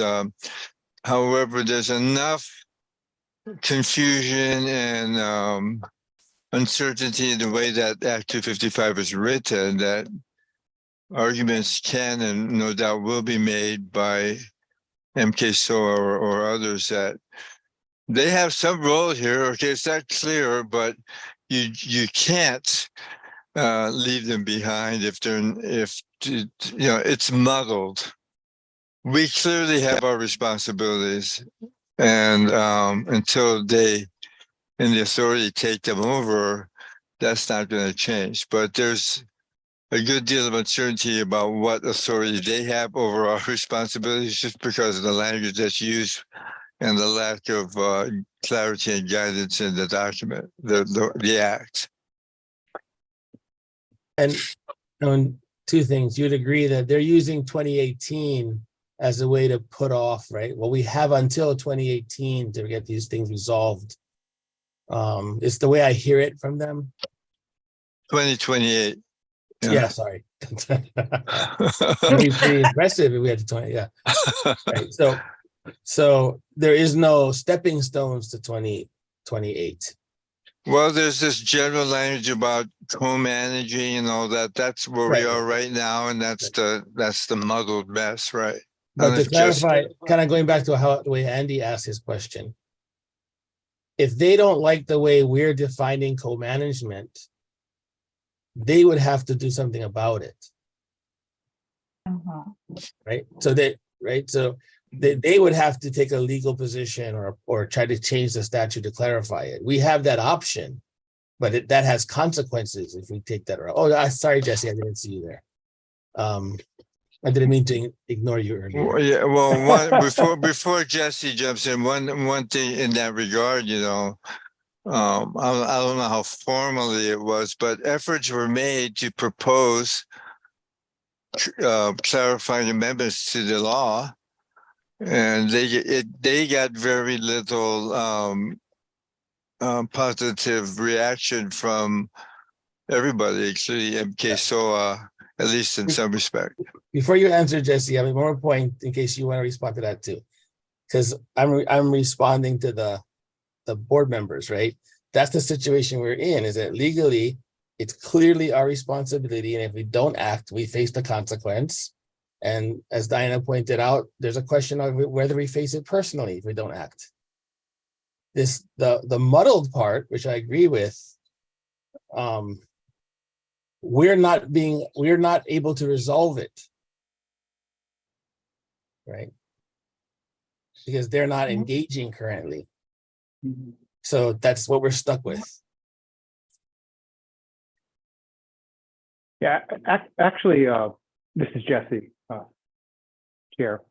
I actually didn't raise my hand to respond, but since you said hi, I'll just, because we've looked at this, we've pored over this act, and even when it was a bill, and trying to figure out how we can guide how this should be applied. Just to reiterate what was said before, Act 255. There's the there's the 2 general leases granted by DLNR to the university. There's an easement granted to the university, and there's a bunch of conservation district use permits granted to the university. So we're a lessor, we're a grantee. Well, I'm sorry, a lessee, a grantee, and a permittee. And Act 255 doesn't change that. It says in 2028, after the transition period, those responsibilities somehow are transferred or assigned, and we have to document that. But in between, during the transition period, we still hold on to those things. So just to reiterate, we have those responsibilities. Yeah, But Jesse, to the other question about, so where are we now? And I think Gary alluded to this. There are three things right now during the transition period that, we don't have to couch it as being legal. I think what you folks are sort of wrestling with, because I think if there was a discussion with MKSOA about what these things mean, then that could help operationalize it. And so the 3 things are in the Act. It talks about jointly manage. It talks about day-to-day operation.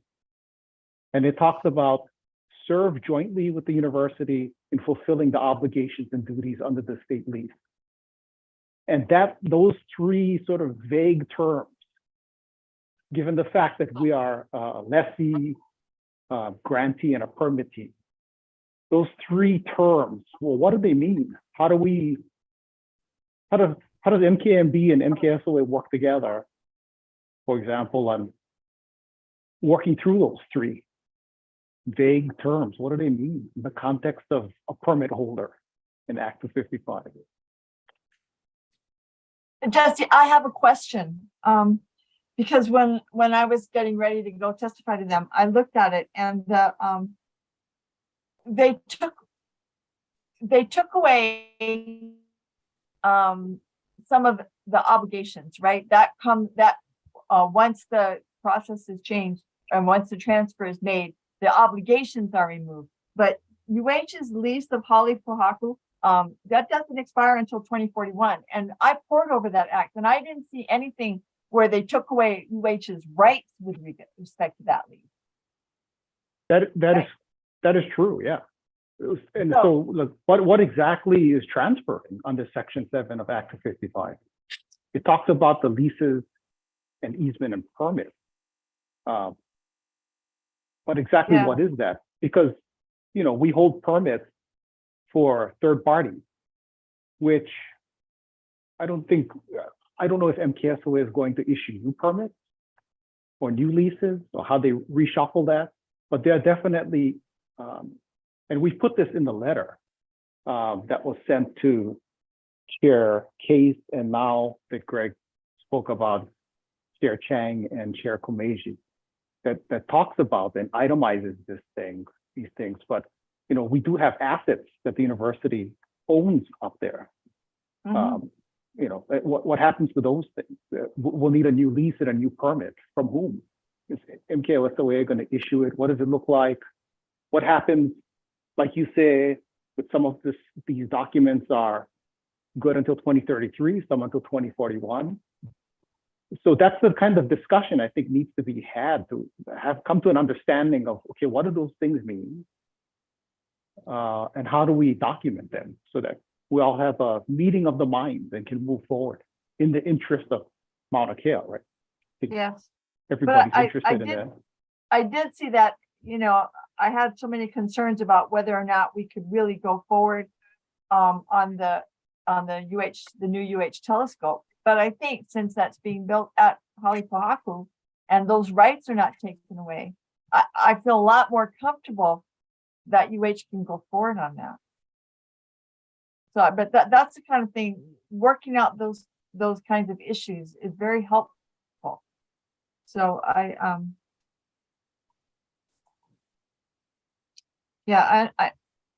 I've been listening to everything you folks are saying, and it's a very, very difficult situation. But I think it can only be helpful if there's a stronger movement taken by the university to kind of step in. And I'm happy with the resolution that they're bringing forward, the regents are bringing forward. I'm happy with our memo to go to the regents. And I just want to express that I think when there's this kind of a vacuum, somebody's going to step in and move it.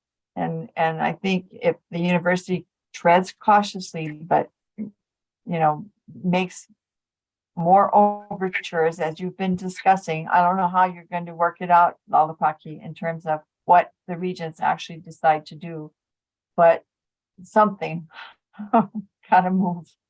So. And I make suggestions. I don't want anybody to ever think I'm going to do it without talking ahead of time to somebody. And that would be something that the board or the Maunakea stewardship would want to do. I'm not going to step off on my own on doing anything. I just want to make sure, because we can only act as a board. My apologies, Chair. Can I say one? I need to go pick up my daughter, but could I just say something before I leave? Yes. I want to echo what Wayne said earlier. Like this group has just done the right work and stewarded, and so the communication is always fact-based, and I think we have to just keep saying this is what has to get done. And in these areas where we need to move, I think we have to just document. This is the obligation we have. This is the deadline that's pressing, and this is we have no choice but to take a response. And then so I think we're negotiating more politics, right? Like, okay, well, how does the authority want to be informed, or do they want to be included, and how so, and when can they be? I think I get that. So Diana's last point, like what really struck me from the presentation at the last board meeting was that, yeah, you guys, everyone's looking up to regents to clarify what should we do in this interim time. Give us some guidance and direction on what kind of position to take. So that was helpful. And hopefully in the Rezo conversation in the governance committee meeting, we can give people more confidence that we can go do our jobs. Thanks for staying with it amidst all these challenges, where everybody gets a 10% raise. All the volunteers, I mean.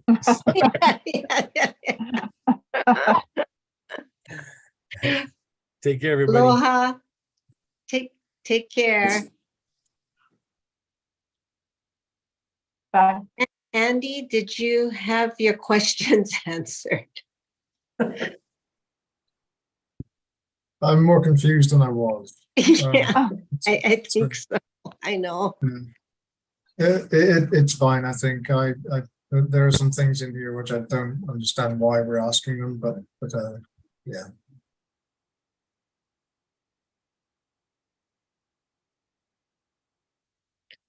Billy, were you gonna say something? I can't. Yeah, can you hear me okay? Yes. Two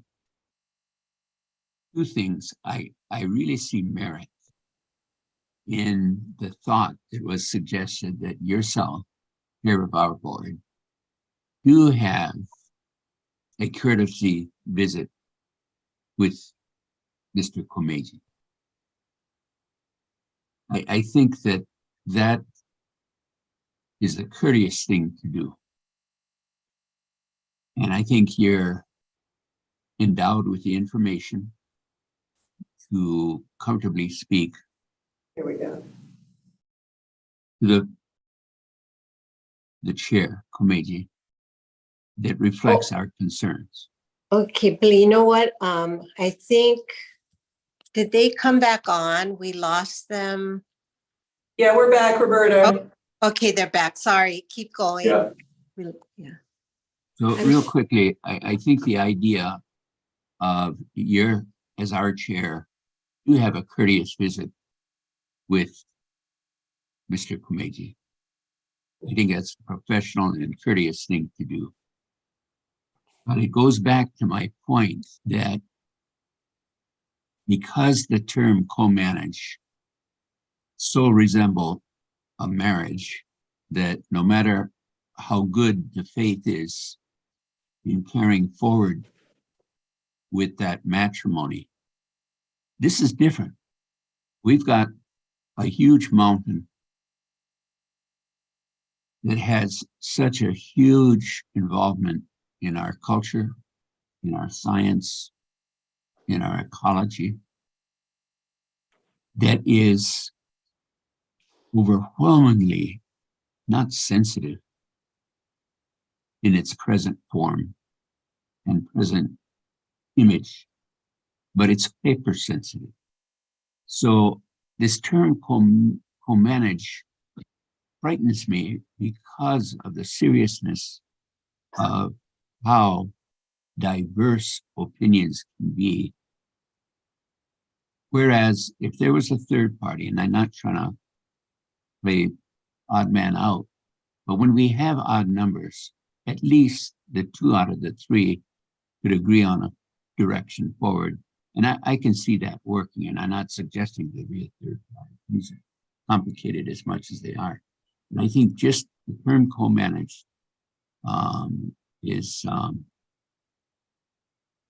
frightens me. Now, having said that, I do feel enough confidence that we carry on with the degree of information that we have access to, that we move forward in goodwill to just keep doing what we understand our job to be, and hopefully have doors open for communication on issues that could possibly work very well if our chair and Chair Komeji had the ability, the comfort level to go ahead and visit.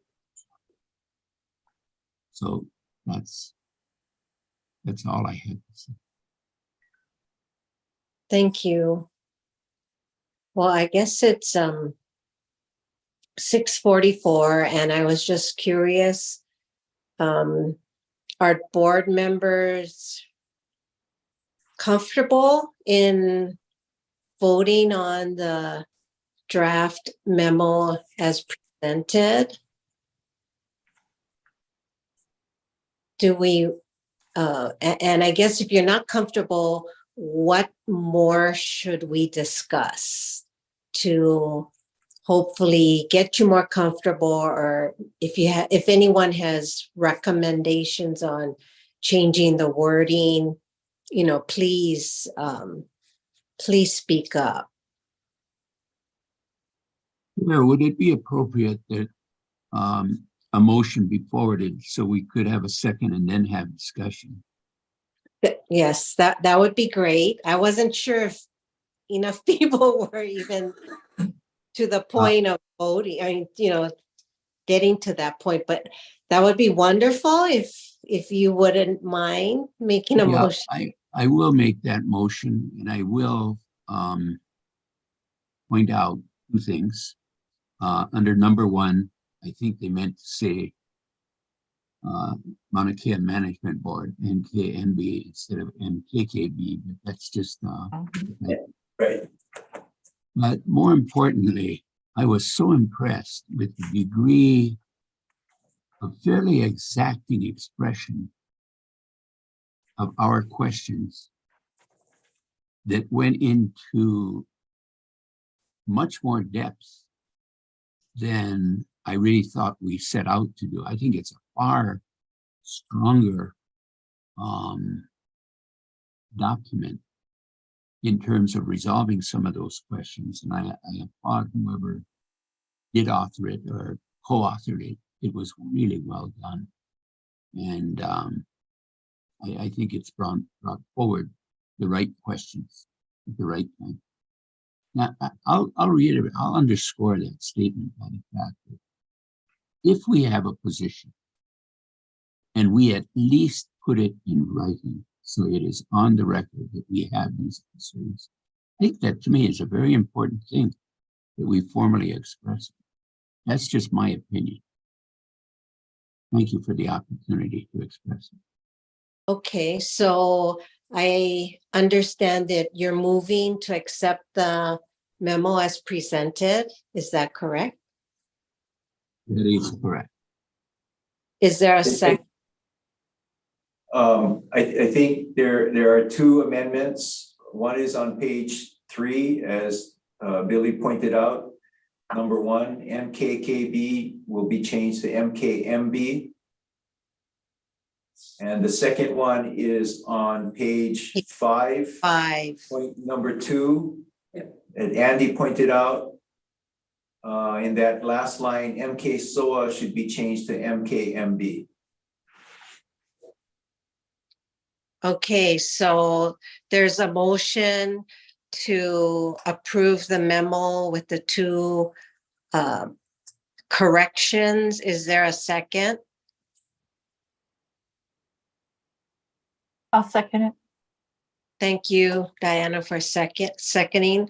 We can now move into discussion for further, I guess, amendments or changes to the document. Yes, So, and Chair, yes, just on that last point about completing the transition as expeditiously as possible. It still isn't clear to me that I haven't heard anything here that has said that that's possible. So I wonder why we're asking it. Even the simple route where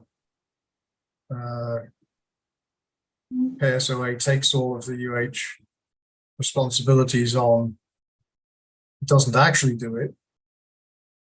And so I'm not understanding, and I really would like to understand what we're asking for.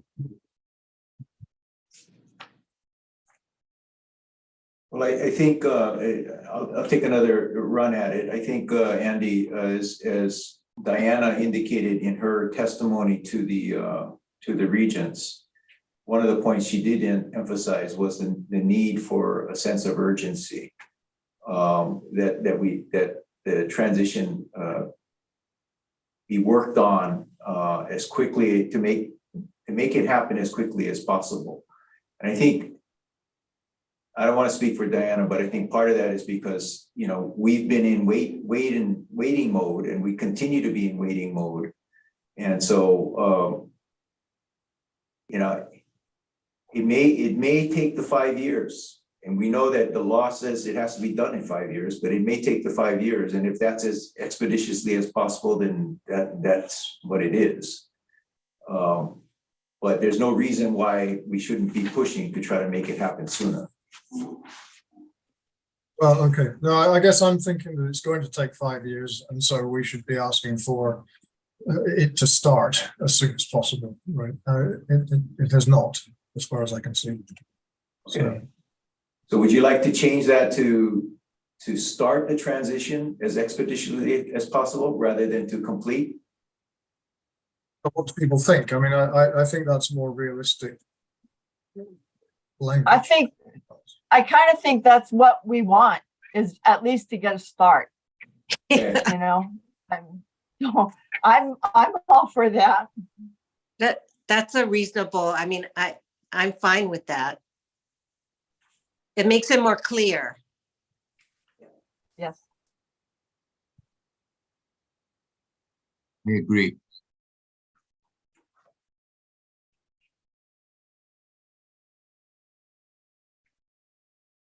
To start the transition as expeditiously as possible.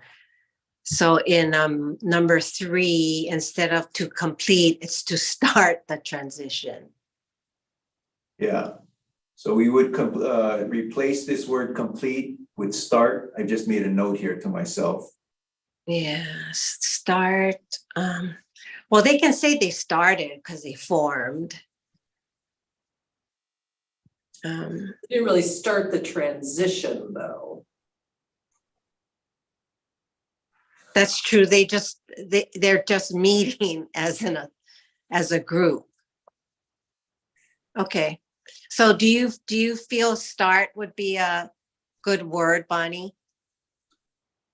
Yeah, I was thinking of another way to say it that would take more words. This is much cleaner.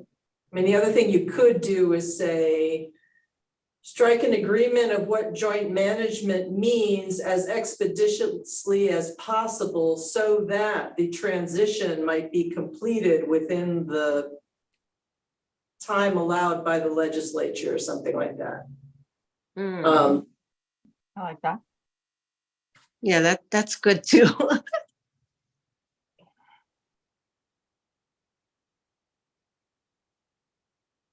So if you like that language, you could ask Bonnie to send it to me and I can insert it here.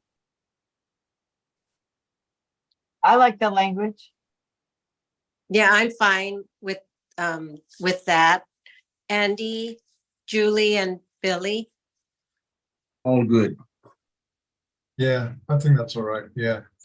Yeah, I'm good with that change. Okay.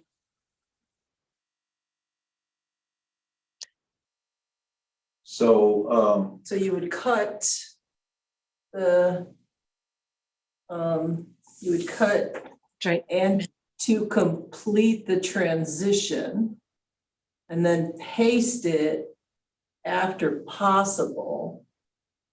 Right, so it Right. would read on what joint management means as expeditiously as possible so as to complete the transition in a timely fashion. Yeah.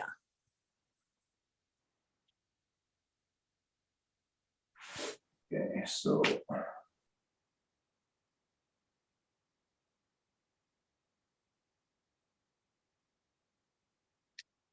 what joint management means as Expeditiously as possible.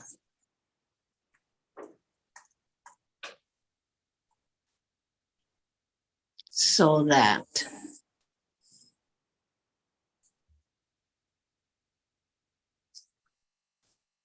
So that the transition may be completed in a timely fashion. Like the reference to the 5 years allowed.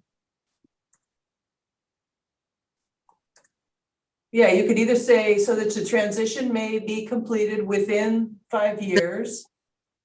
Or if you want to leave it open, you could say in a timely fashion, which still keeps the possibility that it might be happening faster. Yeah. Yeah, I'd rather keep that possibility open, so, Yeah. Timely fashion. yeah. Well, here, or completed, I mean, Greg is typing within 5 years or sooner as contemplated in the act. Yeah, that's good. That Yeah. That's works. good. Okay.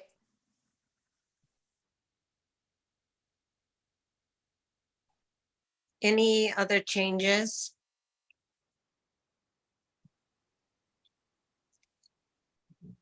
Julie, you have any comments?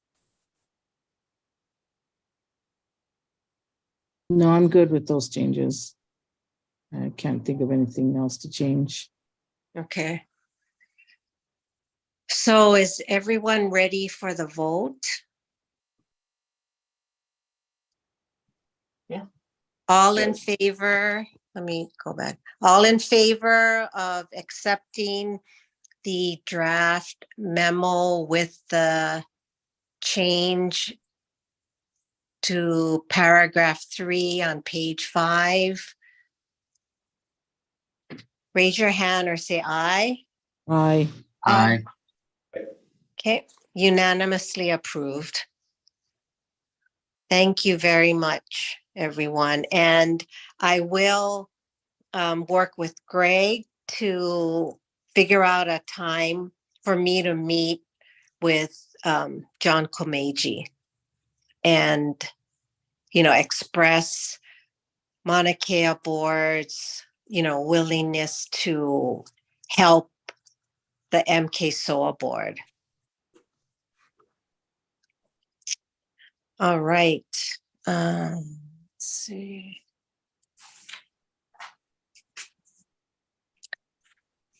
Announcements. The next public meeting will be held on September 5th at 5 p.m. Let's see. Is there any other announcements? Greg, you have anything?